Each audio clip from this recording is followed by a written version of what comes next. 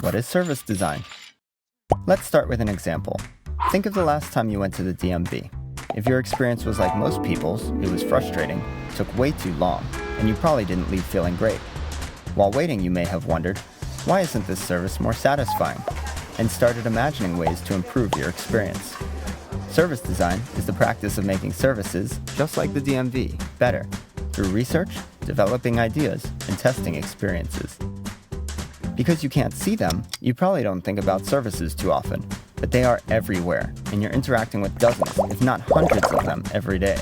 Services range from product-based to intangible, and from simple, such as online videos, car mechanics, and in-store shopping, to complicated, staying at a hotel, mortgages, and public transit, to highly complex, education, healthcare, and government services.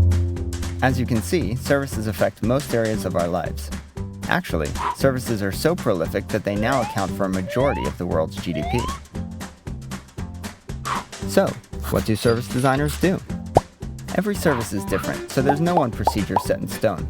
However, service designers usually collaborate with many other disciplines while following these basic steps.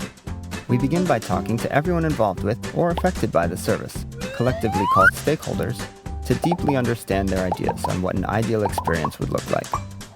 Compiling this research gives us a complete, bird's-eye view of the current service and what's required to satisfy the needs and motivations of each group.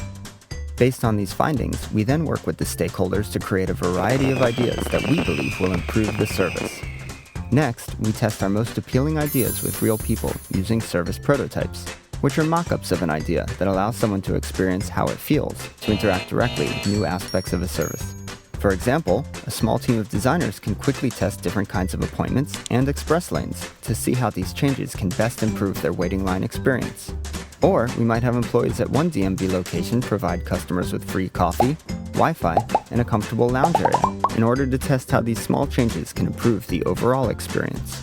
Repeating these phases many times allows us to better understand the problem while polishing our ideas and collecting them into a complete service solution.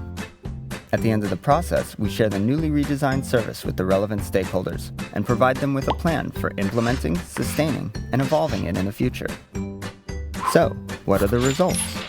When service design is done well, it's like running a highly constructive group therapy session in which stakeholders build symbiotic relationships and unify on the common goal of producing great service experiences. This leads to services that are desirable, enjoyable, effective, and efficient for providers, consumers, and society.